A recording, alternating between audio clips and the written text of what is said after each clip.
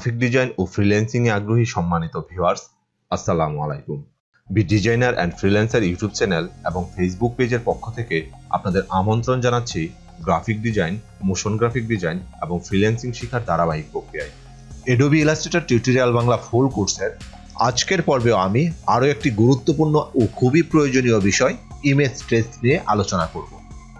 এক্ষেত্রে একটা রাস্টার পিক্সেলের ইমেজকে ইলাস্ট্রেটরে ট্রেস করে কিভাবে ভেক্টর ফাইল তৈরি করা যায় তা নিয়ে বিস্তারিত আলোচনা করব আজকের টিউটোরিয়ালে। আমরা যারা টি শার্ট ডিজাইন করি বা বিভিন্ন ধরনের লোগো ডিজাইন করি, তাদের কিন্তু কাজ করার প্রয়োজনে অনেক ধরনের আইকন প্রয়োজন হয় বা অনেক ধরনের ভেক্টর ফাইল প্রয়োজন হয়। সেক্ষেত্রে প্রায়শই বিভিন্ন ইমেজকে ভেক্টর ফাইলে রূপান্তর করেই কিন্তু আমাদের ডিজাইন করতে হয়। আজকের টিউটোরিয়ালের মাধ্যমে আমি দেখাবো কিভাবে একটা রাস্টার ইমেজকে ট্রেস করার মাধ্যমে আমরা কিভাবে একটা ভেক্টর ফাইলে রূপান্তর করতে পারি। টিউটোরিয়ালটি যদি ভালো লাগে তাহলে চ্যানেলটি সাবস্ক্রাইব করে নতুন ভিডিও নোটিফিকেশন পেতে পাশে থাকা বেল আইকনটি ক্লিক করে রাখবেন। এটা হলো graphic design, motion graphic design এবং ফ্রিল্যান্সিং বিষয়ে পারস্পরিক আলোচনা ও সহযোগিতা করার জন্য একটা ফেসবুক গ্রুপ। তাহলে চলুন শুরু করা যাক আজকের টিউটোরিয়াল।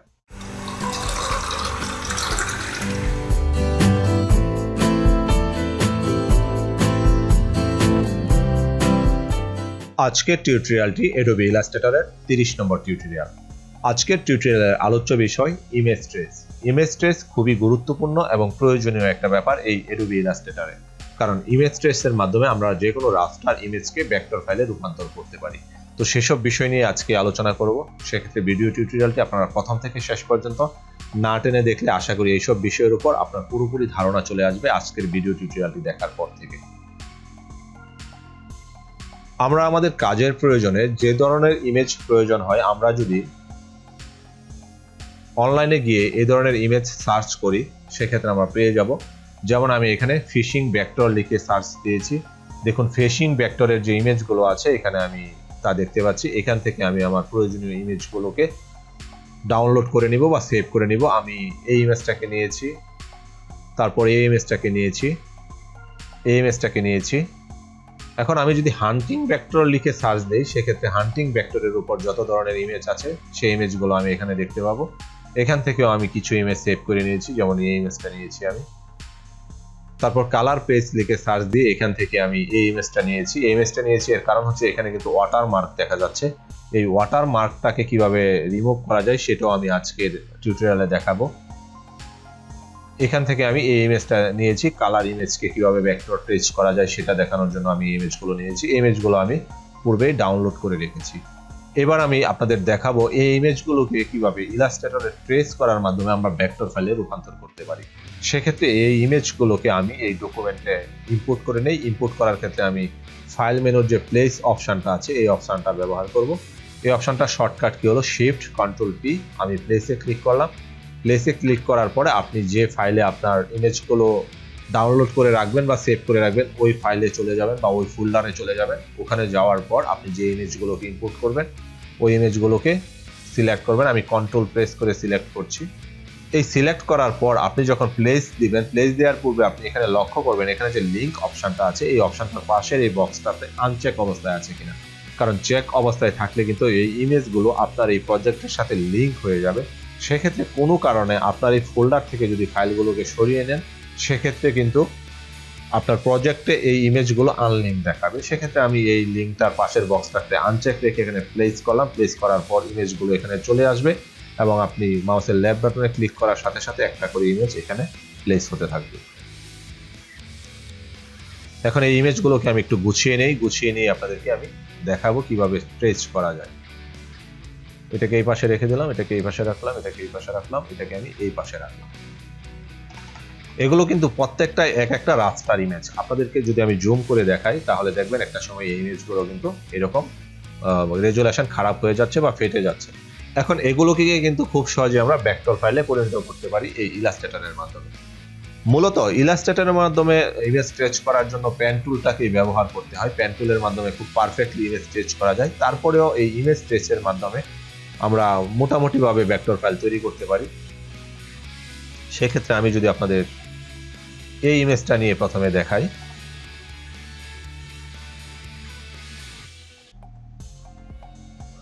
আপনারা যদি এই ইমেজটার দিকে লক্ষ্য করেন, ইমেজটাকে একটু ছোট করে নেই আমি। ইমেজটাকে যদি আমি জুম করি, দেখেন রেজুলেশন কিন্তু এখন নষ্ট হয়ে গেছে। বাট আমি যখন এটাকে ইমেজ ট্রেসের মাধ্যমে ভেক্টর করব, তখন আপনাকে এর রেজুলেশন দেখাবো। এক্ষেত্রে রাস্টার ইমেজগুলোকে যখন সিলেক্ট করবেন, সিলেক্ট করার সাথে সাথে এই অপশন বারে ইমেজ ট্রেস অপশনটা কিন্তু চলে আসবে। আপনি এখান থেকেও ইমেজ ট্রেস করতে পারেন, অথবা আপনার এখানে যে প্যালেট বক্সগুলো আছে, এই বক্সে যদি আপনি ইমেজ ট্রেস প্যালেটটা গুছিয়ে রাখেন, এখান থেকেও ইমেজ ট্রেস করার অপশন পাবেন, অথবা আপনি এই উইন্ডো মেনুতে যাওয়ার পরে এখানে ইমেজ ট্রেস অপশনটা পাবেন। তো এখান থেকে যদি আমি ইমেজ ট্রেসটাতে ক্লিক করি, সেক্ষেত্রে কিন্তু এটা ইমেজ ট্রেস হয়ে গেছে। হয়ে যাওয়ার পর এখানে কিন্তু আমি কিছু অপশনের কাজ করতে পারিনি। যেমন এখানে দেখুন ইমেজ ট্রেস হয়ে গেছে, কিন্তু ব্যাকগ্রাউন্ডে হোয়াইট ব্যাকগ্রাউন্ডটা থেকে গেছে। আমি যদি উইন্ডো মেনুর আন্ডারে যে ইমেজ ট্রেস অপশনটা আছে, এই অপশনটা ব্যবহার করে এটা করতাম, তাহলে কিন্তু এখানে আমি অনেকগুলো অপশন পেতাম এবং এই অপশনগুলোকে ব্যবহার করে কিন্তু কাজ করতে পারতাম। আমি এই ইমেজ ট্রেসটাকে আলাদা করে এখানে সেট করে নিই। তো এখন যদি আপনি এই হোয়াইট ব্যাকগ্রাউন্ডটাকে ডিলিট করতে চান, সেক্ষেত্রে আপনারা এখানে যে এক্সপান্ড অপশনটা পাবেন, এই এক্সপান্ড থেকে এক্সপান্ড করে নেবেন। এই এক্সপান্ড অপশন যদি এখানে না পান, আপনারা এই এক্সপান্ড অপশনটা পাবেন অবজেক্ট মেনুর আন্ডারে এখানে। এখান থেকে যখন আমি এক্সপান্ড করব, এক্সপান্ড করার পর এরকম হয়ে যাবে। এরকম হয়ে যাওয়ার পর আপনারা এখান থেকে ম্যাজিক ওয়ান টুলটা নিয়ে হোয়াইটে ক্লিক করে যখন ডিলিট করে দিবেন, দেখুন হোয়াইট কিন্তু এখন ডিলিট হয়ে গেছে এবং এটা কিন্তু একটা ভেক্টর ফাইলে রূপান্তরিত হয়েছে। আমি আপনাদের যদি দেখাই, সেক্ষেত্রে আমি এগুলোকে ডিলিট করে দিই। এগুলোকে ডিলিট করার জন্য আমি মাউসের রাইট বাটনে ক্লিক করে এটাকে আনগ্রুপ করে দিব। আনগ্রুপ করার পর এটাকে আমি ডিলিট করে দিতে পারবো। দেখুন এগুলো ডিলিট করে দিতে পেরেছি এবং প্রত্যেকটা অবজেক্ট কিন্তু আলাদা হয়ে গেছে।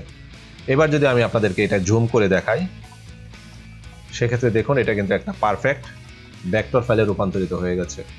আপনি লক্ষ্য করলে দেখবেন এখন কিন্তু আমি জুম করছি, প্রায় 6400 জুম করে ফেলেছি, তারপরে দেখুন এটা কিন্তু রেজুলেশন নষ্ট হচ্ছে না। এভাবে আপনারা খুব সহজেই কিন্তু কোনো ইমেজকে ভেক্টর ফাইলে রূপান্তর করতে পারবেন। যেমন এটা এখন একটা ভেক্টর ফাইল, এটা এখন একটা ভেক্টর ফাইল, এবং এখানে কিন্তু আপনি কালার পরিবর্তন করতে পারবেন। যেমন এটা এখন ব্ল্যাক কালারের আছে, আপনি যদি এটাকে অন্য কোনো কালার দিয়ে ফিল করতে চান, সেটা করতে পারবেন। এখানে সম্ভবত গ্রে স্কেলটা সিলেক্ট করা আছে, আমি 8GB মোডটা সিলেক্ট করে দিই। দেখুন এটা কিন্তু এখন কালার দিয়ে ফিল হয়েছে, বা আপনি যদি অন্য কোনো কালারে ফিল করতে চান, সেটাও করতে পারবেন। যে কালারই অ্যাপ্লাই করছি সেই কালার দিয়ে কিন্তু এটা ফিল করছে। তাহলে আশা করি আপনারা ইমেজ ট্রেসের যে প্রাথমিক ব্যাপার সেটা বুঝতে পেরেছেন। এটা আমি দেখালাম ব্ল্যাক অ্যান্ড হোয়াইট ইমেজকে কিভাবে ট্রেস করা যায়। এখন আপনাদের যদি এরকম রঙিন ইমেজকে ট্রেস করতে হয়, সেক্ষেত্রে ইলাস্ট্রেটরে একটু সমস্যা হয়, আমি সেটা দেখাচ্ছি। আমি এটাকে সিলেক্ট করলাম, সিলেক্ট করার পরে এখানে যে ইমেজ ট্রেসটা আছে, এই ইমেজ ট্রেসটার এখানে অ্যাডভান্স একটা অপশন পাবো, এই অ্যাডভান্সে ক্লিক করলাম। অ্যাডভান্সে ক্লিক করার পর আমি যদি এখানে ইগনোর হোয়াইট দিয়ে দিই, সেক্ষেত্রে হচ্ছে হোয়াইট ব্যাকগ্রাউন্ডটা ইগনোর হয়ে যাবে। আপনাদেরকে দেখানোর জন্য আমি এই পাশে এনে কাজ করছি। এই পাশে এনে আমি যখন এটা সিলেক্ট করে এখান থেকে ইগনোর হোয়াইটটা সিলেক্ট করে দিব, ইগনোর হোয়াইট সিলেক্ট করার পর আমি যদি প্রিভিউতে ক্লিক করি, তাহলে দেখবেন এটা ইমেজ ট্রেস হয়ে গেছে। কিন্তু এখানে দেখুন যে কালার ইমেজটা ছিল, এটাও কিন্তু সাদা কালো হয়ে গেছে। এর কারণ হচ্ছে আমি এখানে যে মোড অপশনটা আছে, এই মোড অপশনটাতে ব্ল্যাক অ্যান্ড হোয়াইট সিলেক্ট করা অবস্থায় ইমেজ ট্রেস করেছি।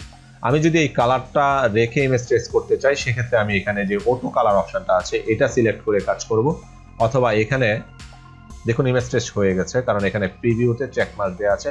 অটোটা সিলেক্ট করার সাথে সাথে কিন্তু এটা ইমেজ ট্রেস হয়ে গেছে। আমি যদি এখানে ইগনোর হোয়াইটটা সিলেক্ট করে দেই, এখন দেখুন ব্যাকগ্রাউন্ড চলে গেছে এবং এখানে দেখুন কালার একটা ইমেজ ভেক্টর ফাইল আমরা পেয়ে গেছি। এখন এটাকে আমি এক্সপান্ড করে ফেলি। এক্সপান্ড করে ফেলার পর এটাকে যদি আমি আনগ্রুপ করে ফেলি মাউসের রাইট বাটনে ক্লিক করে, সেক্ষেত্রে এটা একটা ইমেজ, এটা একটা ইমেজ। এখন এখানে যদি আমি জুম করে দেখাই, তাহলে দেখুন এখানে আমি পারফেক্ট কালার মোটামুটি পেয়েছি, কিন্তু অনেক ইমেজেই আপনি পারফেক্ট কালার পাবেন না। এভাবে ইমেজ ট্রেস করার পর কিন্তু আপনি এই কালারগুলোকে পরিবর্তন করতে পারবেন। যেমন আপনি যদি এই অংশের কালার পরিবর্তন করতে চান, এই অংশের কালারটাকে সিলেক্ট করে আপনি এখানে অন্য যে কোনো কালার অ্যাপ্লাই করে দিতে পারবেন। এভাবে আপনারা যে কোনো কালার ইমেজের কালারগুলোকে পরিবর্তন করতে পারবেন ইলাস্ট্রেটরের মাধ্যমে ট্রেস করে। দেখুন এখানে কিন্তু আমি বিভিন্ন ধরনের কালার অ্যাপ্লাই করতে পারছি। তো এখানে এটা কালার ইমেজ থাকা সত্ত্বেও খুব ভালোভাবেই ট্রেস হয়ে গেছে।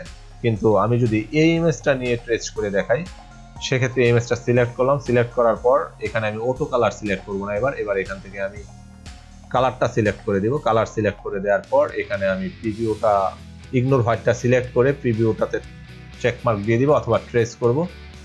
ট্রেস করার পর দেখুন এটা ট্রেস হবে, এখন ট্রেসিং হচ্ছে। ট্রেসিং হওয়ার পর দেখুন এটার কিন্তু কালার পারফেক্ট নেই, এটার কালার দেখুন নষ্ট হয়ে গেছে। দেখুন এই কালারটাতে এরকম শেডো শেডো বাঁক হয়ে গেছে, বিভিন্ন কালারে বাঁক হয়ে গেছে। এটা কিন্তু পারফেক্ট কালার ঠিক রেখে ট্রেচ হয়নি। সেক্ষেত্রে আপনারা এখানে কিছু অপশন পাবেন, যেমন এটা আছে হাই কালার। হাই কালারে দিয়ে দেখুন কি পরিবর্তন হয়,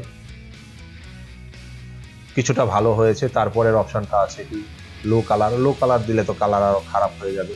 তার পরবর্তীতে এখানে আছে গ্রে স্কেল। গ্রে স্কেল দিলে এটা সাদা কালো হয়ে যাবে, কারণ গ্রে স্কেল সাধারণত সাদা কালো নিয়ে কাজ করে। তার পরবর্তী এখানে অপশন আছে black and white. Black and white হয়ে যাবে। এখানে আছে আউটলাইন, এটার আউটলাইন ক্রিয়েট হয়ে যাবে। যেমন আমি যদি আউটলাইন সিলেক্ট করি তাহলে দেখতে পাবো এটার আউটলাইন হয়ে গেছে। তো এইভাবে আপনারা কালার ইমেজগুলোকে যখন ট্রেস করবেন, অনেক সময় অনেক কালার ইমেজ থেকে আপনারা ট্রেস করে ভেক্টর ফাইল করতে পারবেন, অনেকগুলো আবার পারফেক্ট পাবেন না। সেক্ষেত্রে এখান থেকে আপনারা হাই কালার দিয়ে চেষ্টা করে দেখবেন যে কালার ইমেজ ট্রেস করে ভেক্টর করা যায় কিনা। এখন আমি এটাকে আপনাদেরকে ইমেজ ট্রেস করে দেখাচ্ছি। এটাতে দেখুন একটা ওয়াটার মার্ক আছে। এরকম ওয়াটার মার্ক থাকার পরও যদি আপনারা ইমেজ ট্রেস করেন দেখবেন এই ওয়াটার মার্কটা চলে গেছে। যেমন এই ইমেজটা সিলেক্ট করার পর আমি এখান থেকে ইগনোর হোয়াইটটা সিলেক্ট করে প্রিভিউতে ক্লিক করি, তাহলে ইমেজ ট্রেস হয়ে যাবে। এবং লক্ষ্য করে দেখেন আপনারা এই ওয়াটার মার্কটি চলে গেছে এবং এটার কিন্তু একটা ভেক্টর ফাইল আমরা পেয়ে গেছি। এখন যদি জুম করে আপনাদের দেখাই, দেখুন এটা কিন্তু একটা ভেক্টর ফাইলে রূপান্তরিত হয়েছে।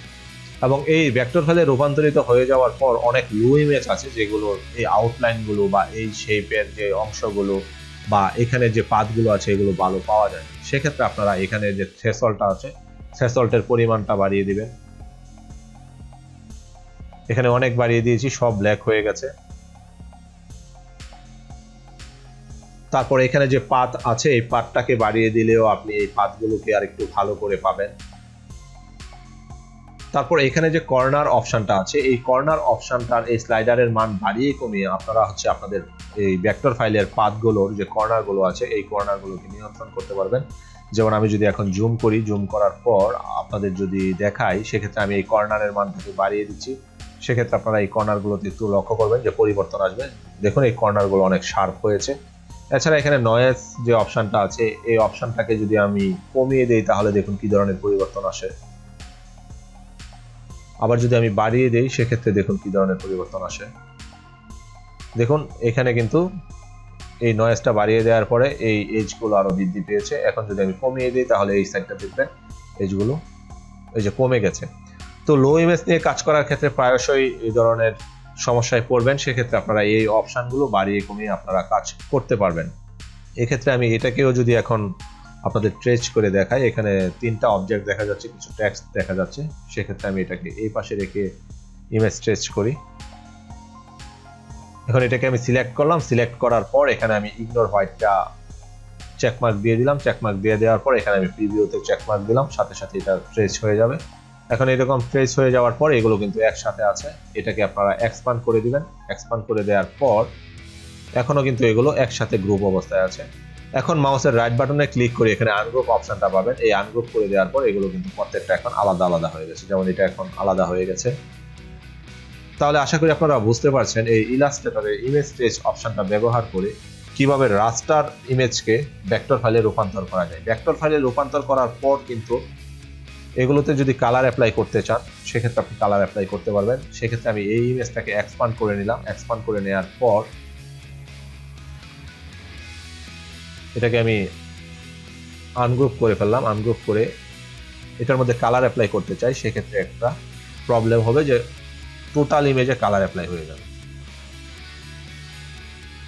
এক্ষেত্রে এখানে বোধহয় গ্রে স্কেলটা সিলেক্ট করা, আমি RGB সিলেক্ট করে দিলাম। দেখুন টোটাল ইমেজে কালার অ্যাপ্লাই হয়েছে এবং এই শেপগুলোর মাঝের অংশটুকুতে কালার অ্যাপ্লাই হয়নি। কিন্তু আমি যদি এই শেপগুলোর মাঝে কালার অ্যাপ্লাই করতে চাই সেক্ষেত্রে আমাকে যে টুলটা ব্যবহার করতে হবে সেটা হচ্ছে live paint bucket tool. Live paint bucket টুলের উপর অলরেডি ভিডিও টিউটোরিয়াল তৈরি করে ফেলেছি আমি। আপনারা লাইভ পেন বাকেট টুলের ব্যবহার ওই টিউটোরিয়াল দেখে বুঝতে পারবেন।